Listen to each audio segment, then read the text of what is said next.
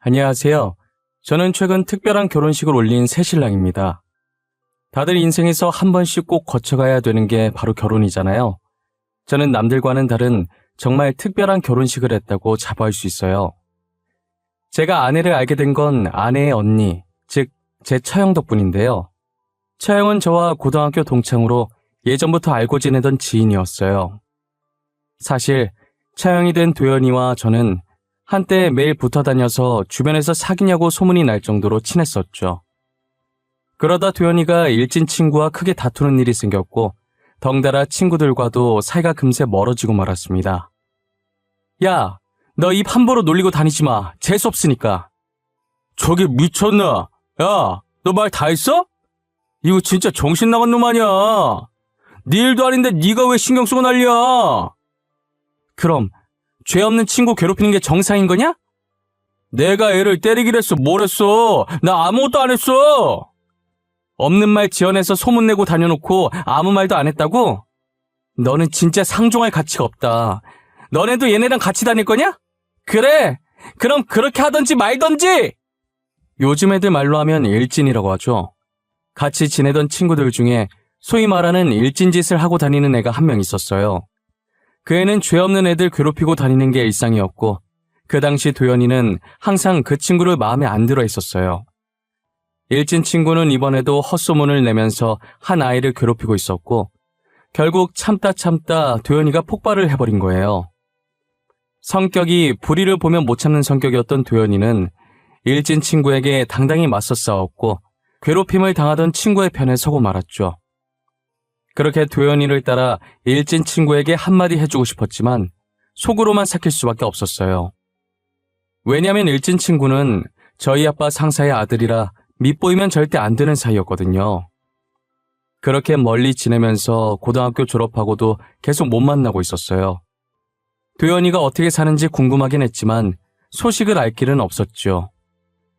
아빠의 응원 속에 의대를 입학했고 6년 동안 공부만 했었네요. 시간은 참 빠르게 지나갔고 어느덧 의대를 졸업할 때가 되었죠.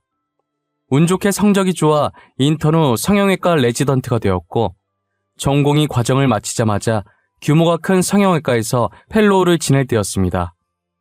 병원에서 낯익은 여자의 얼굴이 보이길래 자세히 보니 도연이더라고요. 너무 반가워서 다가가 인사를 했더니 시술하러 온 건 아니고 상담만 받으러 왔다고 하더라고요. 몇 년 만에 봤는데도 몇 년이라는 시간이 느껴지지 않을 정도로 편했어요. 바로 어제 만났던 사람인 것처럼 농담도 하고 근황 얘기도 했죠. 너 최도연 아니야? 땡땡고등학교 최도연 맞지? 헐, 야 오랜만이다. 어떻게 여기서 다 보냐? 그동안 잘 지냈고? 당연하지. 근데 네가 여긴 어쩐 일이야? 너 설마 성형하러 왔어? 딱히 고칠 데는 없어 보이는데? 너 괜히 손댔다고 후회하지 마라. 당장 하려고 온 건 아니고 상담만 받으러 온 거야. 상담만. 성형으로 돈 버는 놈이 하지 말라고 하면 어쩌냐? 저희는 졸업한 지도 오래고 이제 성인이니 예전에 있었던 일은 묻어두고 아무렇지 않게 대화 있어요. 굳이 그날 얘기 꺼내면서 우리 이 일은 없던 일로 하자 이런 건 아니지만 이미 지난 일이라 암묵적으로 묻어두기로 하고 누구도 그 이야기를 꺼내지 않았어요. 다들 그렇듯 30살이 훌쩍 넘어가니 친구와 할 이야기가 재테크나 투자 이런 쪽으로밖에 없었죠. 요즘 무슨 재테크를 하고 있는지 혹시 주식은 하는지 이런 이야기를 주고받고 있었어요.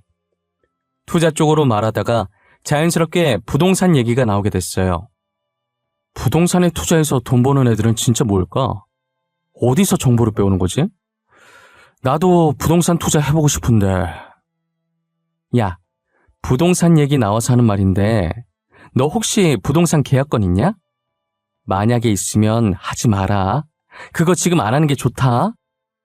저는 부동산 계약하지 말라는 도연이의 말에 놀랄 수밖에 없었어요. 거짓말이 아니라 당시에 제가 진짜로 분양권 계약을 코앞에 앞두고 있었거든요. 야, 어떻게 알았어? 안 그래도 분양권 계약 앞두고 있는 게 하나 있었거든. 어떻게 알긴. 요즘 하도 주변에서 주택 청약이다 뭐다 떠들어대길래 그냥 물어본 거지. 하여튼 너 그거 지금 하지 마. 느낌이 안 좋아. 지금 말고 1년 뒤에 계약하는 게 더 좋을 것 같은데? 저는 도연이의 말을 믿어야 하나 말아야 하나 한참을 고민하다가 그 말을 듣기로 하고 계약을 하지 않고 넘겼습니다. 그런데 나중에 조합원이랑 건설업체랑 건설비용 협의가 안 돼서 조합원 분양은 중단되고 공사 시작도 못했다더라고요. 여자의 촉이 무섭다더니 도연이의 말 안 듣고 혹시 계약이라도 했으면 진짜 큰일 날 뻔한 거예요. 도연이한테 연락해서 덕분에 돈 잃을 뻔했다고 제가 밥 한 번 사겠다고 연락했습니다. 최도연 너 뭐야? 진짜 대박이다. 네 말대로 계약 안 하길 잘했더라.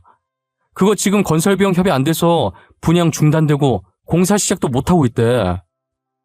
잘했네. 내 말 귓등으로 듣고 계약하면 어쩌나 했는데. 너 어디야? 집이면 나와. 내가 맛있는 거 쏠게. 먹고 싶은 거 뭐든 말하고 다 사줄 테니까. 저는 그날 도연이랑 밥을 먹으면서 이야기하는데 예전으로 돌아간 기분이었어요. 어쩜 10년 동안 연락이 끊겼는데 도연이는 그대로더라고요. 그때처럼 편하게 속마음 이야기하고 얼굴만 봐도 웃음이 나는 친구 사이로 돌아갔죠. 이후로 종종 만나면서 도연이에게 연애 상담을 많이 했었어요. 아무래도 제가 남자니까 여자의 마음을 도저히 모르겠더라고요. 여자친구의 마음이 어떤지 너무 궁금하길래 같은 여자로서 의견을 물으려고 종종 불러냈어요. 여자친구가 원래 안 그랬는데 요즘 따라 계속 나를 피하는 느낌이야. 데이트 잡으려고 해도 뭔 놈의 일이 그렇게 많은지. 야, 딱 보면 모르겠냐? 다른 남자 생겼겠지. 그 남자 만나야 돼서 너랑 만날 시간이 없는 거야. 야, 내 여자친구 그런 사람 아니거든? 괜한 사람 바람둥이로 몰아가지 마. 여자친구가 나를 얼마나 사랑해주는데. 그래, 그렇게 생각해라.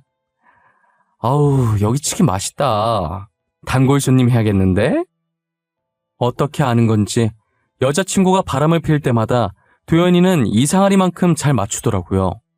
정말 신기할 정도로 잘 맞춰서 돗자리라도 깔아야 되는 거 아니냐며 호들갑을 떨었습니다. 네 말이 맞았어. 전 여자친구 남자 있었더라. 아휴. 그래, 내가 뭐라 그랬냐? 남자 있을 거라고 했잖아. 근데 어떻게 알아냈대? 너도 뭔가를 봤으니까 바람 피는 거 알았을 거 아니야. 여자친구 화장실 간 사이에 전화 왔는데 여봉봉이라고 저장되어 있더라. 받아봤더니 웬 남자가 받더라고. 그래서 알았지 뭐. 여봉봉, 아직도 그런 애칭 쓰는 사람들이 있냐? 하긴 그건 개인 취향이니까 그럴 수도 있지. 근데 말이야, 너는 매번 내 여자친구가 바람피는 거 어떻게 그렇게 잘 알아?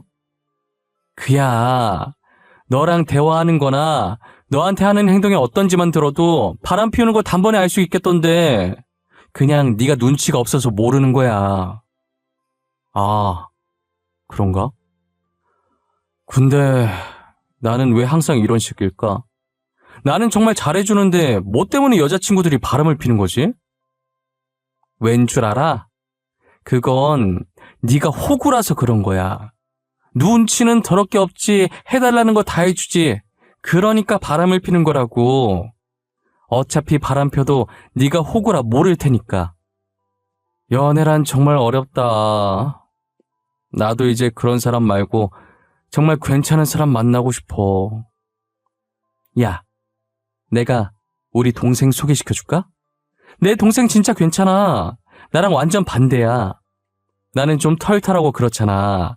우리 동생은 완전 여리여리해. 나 때문에 편견 갖고 보지 마라. 아, 됐어. 친구 동생을 어떻게 만나? 그냥 만나면 되는 거지. 어떻게 만나긴 뭘 어떻게 만나. 하여튼 너는 이래서 문제야. 사내 놈이.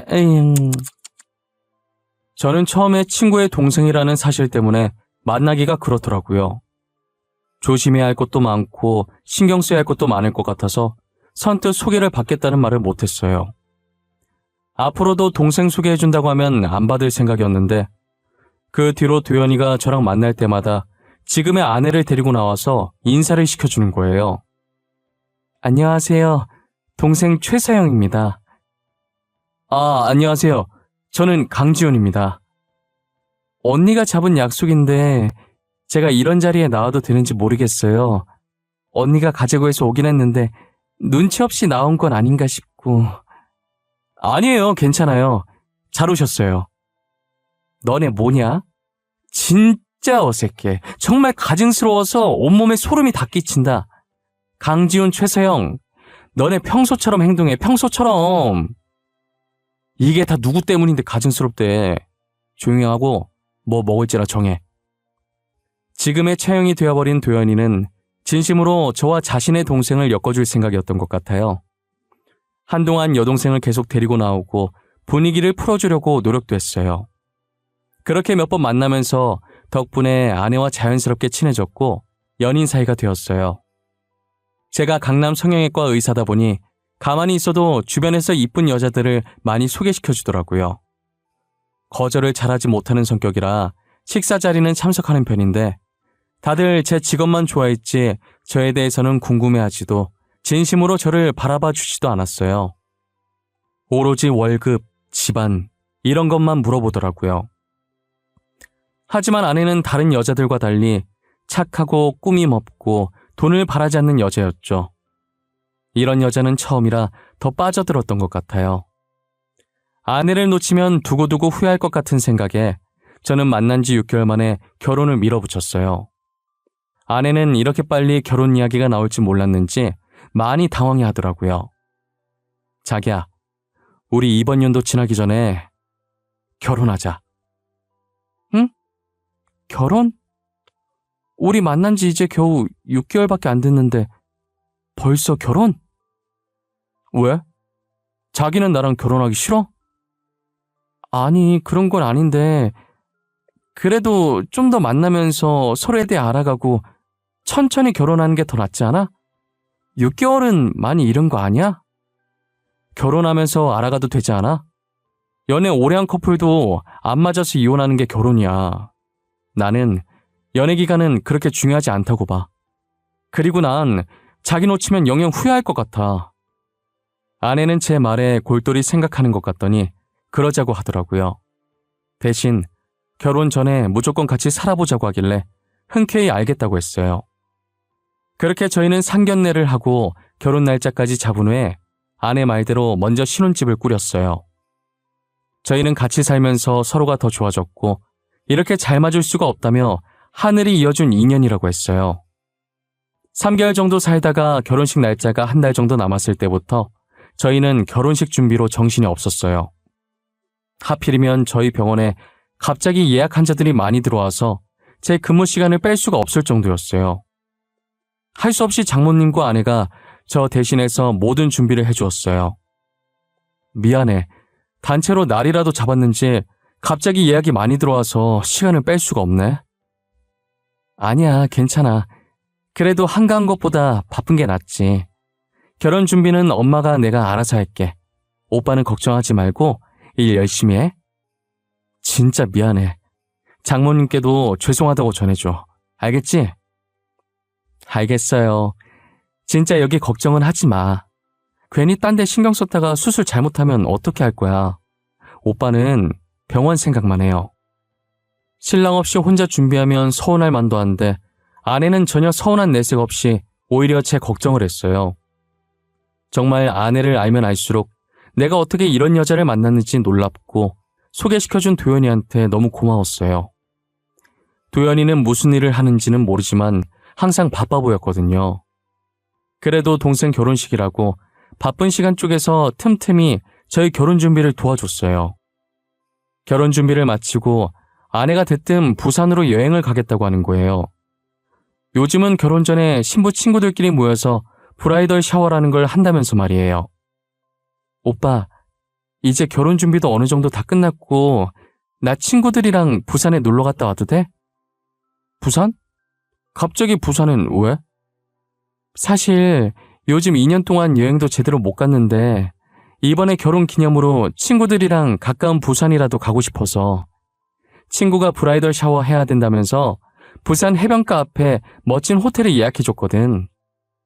아, 브라이덜 샤워? 그래, 그렇게 해. 이번에 결혼식 준비하느라 힘들었을 텐데 스트레스도 풀고 와. 저는 결혼 준비를 아내 혼자 하게 만든 게 미안해서 흔쾌히 여행을 허락했어요. 아내는 제 허락이 떨어지자마자 이쁜 옷도 사고 갔다 올 유명한 음식점도 이미 알아봤다면서 들떠있더군요. 들뜬 아내의 모습을 보니 그동안 바쁘다는 핑계로 챙겨주지 못한 게 더 미안하기만 했습니다. 그렇게 아내는 캐리어에 가득 짐을 싣고는 해맑게 웃으면서 부산으로 떠났어요. 저는 아내가 잘 노는지 궁금하기도 하고 무슨 일 없는지 걱정되기도 해서 일하는 틈틈이 전화를 해봤는데 서운하게도 연락을 주지 않더라고요. 처음엔 열심히 노느라 못 받은 건가 싶다가도 한편으로는 무슨 일이라도 생겼을까봐 불안한 마음도 들었어요. 그렇게 한참 뒤에 다시 전화를 해봤는데 드디어 아내가 전화를 받았습니다. 왜 이렇게 연락이 안 돼? 무슨 일 있는 줄 알고 걱정했잖아. 아무 일 없어. 잘 있으니까 전화하지 마. 아내는 굉장히 차갑고도 딱딱한 말투로 잘 있으니 전화하지 말라고 하고 끊더라고요. 처음 듣는 목소리에 어안이 벙벙해진 저는 끊긴 전화기만 계속 쳐다봤어요. 그렇게 아내가 돌아오면 물어보려고 그 뒤로 전화를 하지 않았어요. 다시 서울로 돌아온 아내는 제게 언제 그랬냐는 듯이 평소처럼 나긋나긋해졌더라고요. 뭐야? 다시 원래대로 돌아왔네? 그게 무슨 말이야? 원래대로 돌아왔다니? 뭐가 원래대로 돌아와? 자기 부산에 있을 때 내가 전화했었잖아. 그때 목소리 되게 안 좋았어. 친구랑 싸웠었어? 무슨 일 있었길래 나한테 그랬던 거야? 아닌데? 나 친구랑 안 싸웠는데? 아무 일도 없었어. 잘 놀다 왔는데 내가 언제 자기랑 통화했었지? 술 먹고 전화했나? 기억이 안 나네. 저는 아내에게 그날 일을 물어봤는데 아내는 저와 통화했다는 것 자체를 기억 못하는 듯했어요. 기억도 못하는 사람 붙잡고 물어봤자 무슨 소용인가 싶더라고요. 친구들이랑 술 먹고 취해서 그랬던 걸 수도 있어서 더 묻지 않고 그냥 넘어갔어요. 그런데 어느 날부터인가 아내가 점점 이상한 행동을 하기 시작하는 거예요. 아내가 서울 토박이인데 한날은 데이트하면서 갑자기 부산 사투리를 너무 자연스럽게 하더라고요. 오빠야, 뭐 시킬라고? 난 요거트 먹고 싶은데 오빠야는 아이스 아메리카노 시킬 거가? 나는 아이스 아메리카노. 근데 너 사투리가 뭐? 왜 말을 하다 마는데? 일단 내는 주문하고 올 테니까 오빠야는 여기 있어. 부산 사람이라고 해도 믿을 정도로 너무 자연스럽게 사투리를 구사해서 처음엔 당황스러웠어요. 그런데 최근에 부산에 놀러 갔다 온 적이 있으니 거기서 사투리를 배워왔을 가능성이 있겠다 싶었어요. 보통 서울 사람들이 다른 지방 사투리 배워오면 마치 자기가 그 지역 사람이 된 양 신나서 따라하고 그러잖아요.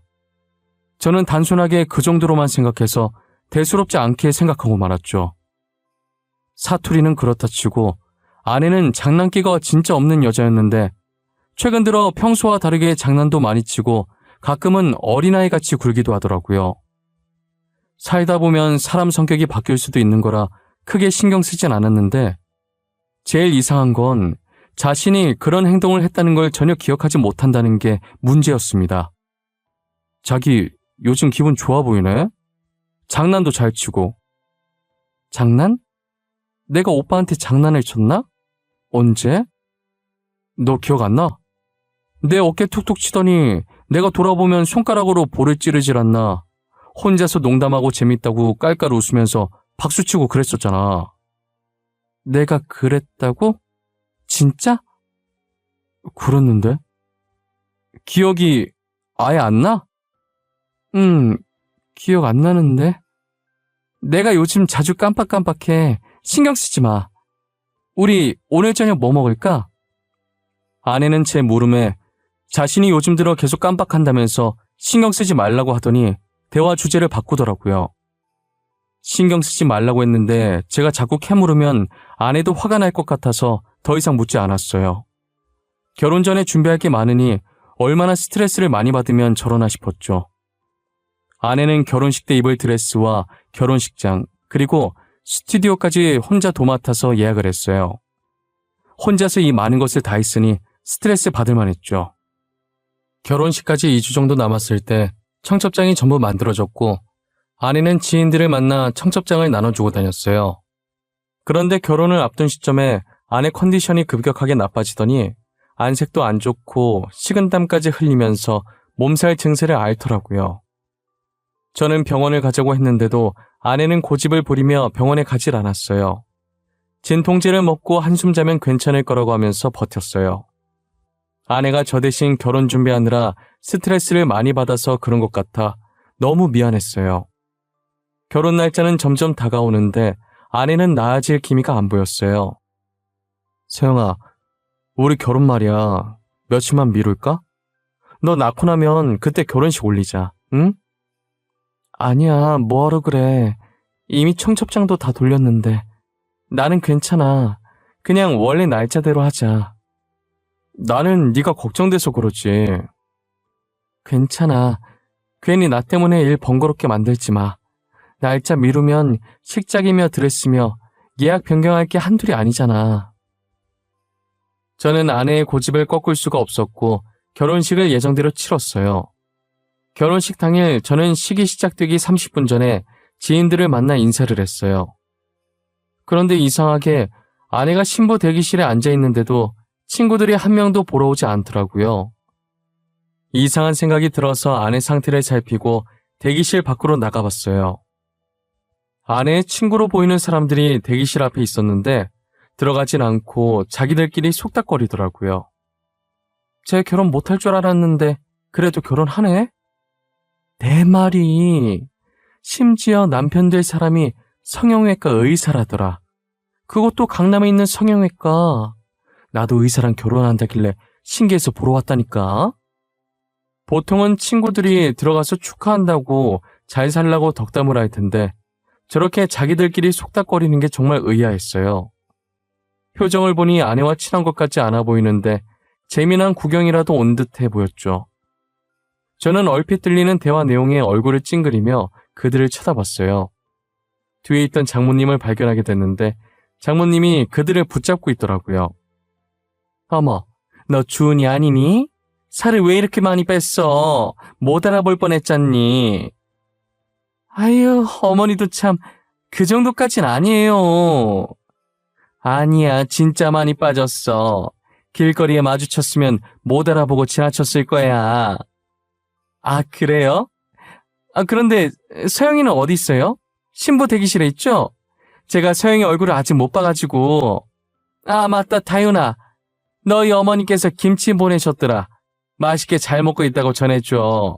역시 다윤이 어머니 솜씨는 보통이 아니셔. 나도 가서 배우고 싶다니까. 안 그래도 오늘 서영이 결혼식 간다니까 어머님께 김치만 어떤지 물어봐달라고 하시더라고요. 맛있게 잘 드시고 계시다니 다행이에요.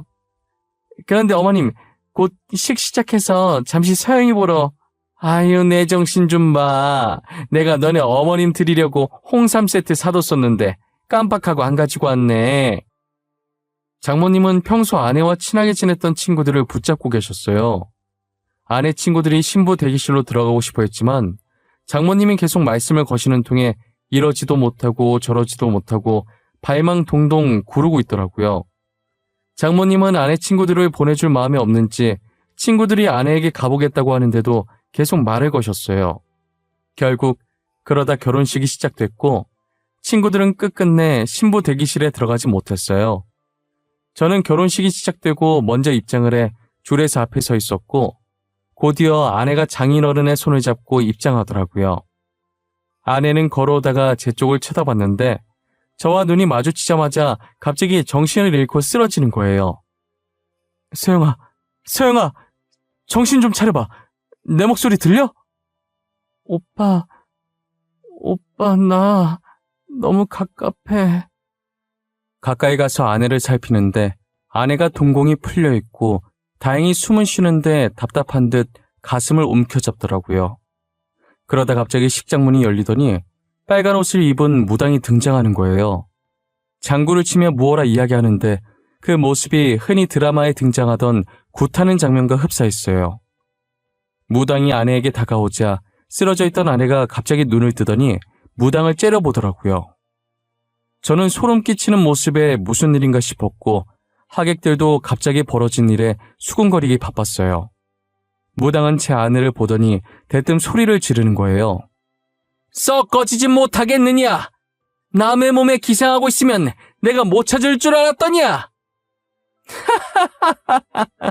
이빨 빠진 호랑이인 줄 알았더니 신발이 다시 돌아왔나 봐. 꺼지라는 내 말이 들리지 않는 것이냐? 당장 썩 꺼지래도! 아내는 몸을 일으켜 아이처럼 웃다가 갑자기 정색을 하더라고요. 그러더니 도망치려는 생각인지 아내를 잡고 있던 제 팔을 깨물었어요. 결혼식은 난리가 났고 수군거리던 하객들도 신기한 듯 이쪽을 보고 있더라고요. 자네, 서영이 놓치면 안 돼. 꽉 붙들고 있어. 저는 지금 제 앞에 있는 아내가 완전히 다른 사람이 됐다는 걸 직감했어요. 장모님은 발버둥 치는 아내를 꽉 잡으라고 했고 저는 필사적으로 아내를 붙잡고 놓지 않았어요. 아내는 마치 좀비가 된 것처럼 도망치려고 발버둥을 치기 시작했어요. 무당은 그런 아내 앞에 서서 미친 듯이 춤을 추기 시작했어요. 드라마에서나 이런 장면 숱하게 봤지 실제로 보게 될 줄은 꿈에도 몰랐어요. 이게 다 무슨 일인가 싶었고 일단 이 일을 수습해야 한다는 생각에 사태 파악할 정신이 하나도 없었어요. 무당이 춤을 2번 정도 추더니 아내가 픽하고 다시 쓰러지더라고요. 서영아 눈 좀 떠봐. 강서방, 내가 미안하네. 아내가 쓰러지자 장모님이 저한테 사과를 하길래 이 상황이 이해가 가질 않더라고요. 그래서 물었더니 장모님이 무당을 불렀더라고요. 저 무당 내가 부른 거야. 사실 우리 집안이 대대로 신기가 있었어. 한마디로 무당 집안인 거지. 서영이 할머니가 무당이었거든. 최근에 우리 서영이가 다른 사람처럼 굴지 않던가. 네, 그랬긴 한데 혹시 그게 신기랑 관련이 있는 건가요? 관련이 없진 않지. 다른 사람처럼 굴었던 건 서영이 몸에 잡기가 들어서서 그런 거야. 내가 바닷가 근처는 가지도 말라고 그렇게 일렀는데 괜히 부산 갔다가 잡기나 붙어오고 잡기는 내쫓았어. 이제 내림굿 받고 무당이 되어야 몸이 안 아플 게야. 알고 보니 최근 아내가 이유도 없이 아프다는 소식에 장모님은 신병이 내렸다는 걸 눈치채신 거예요. 그래서 무당에게 부탁을 해서 아내 몸에 들어선 잡기를 쫓아내신 거고요. 아내는 저와 결혼하고 싶어서 그동안 무당 집안인 걸 숨기고 있었던 거예요.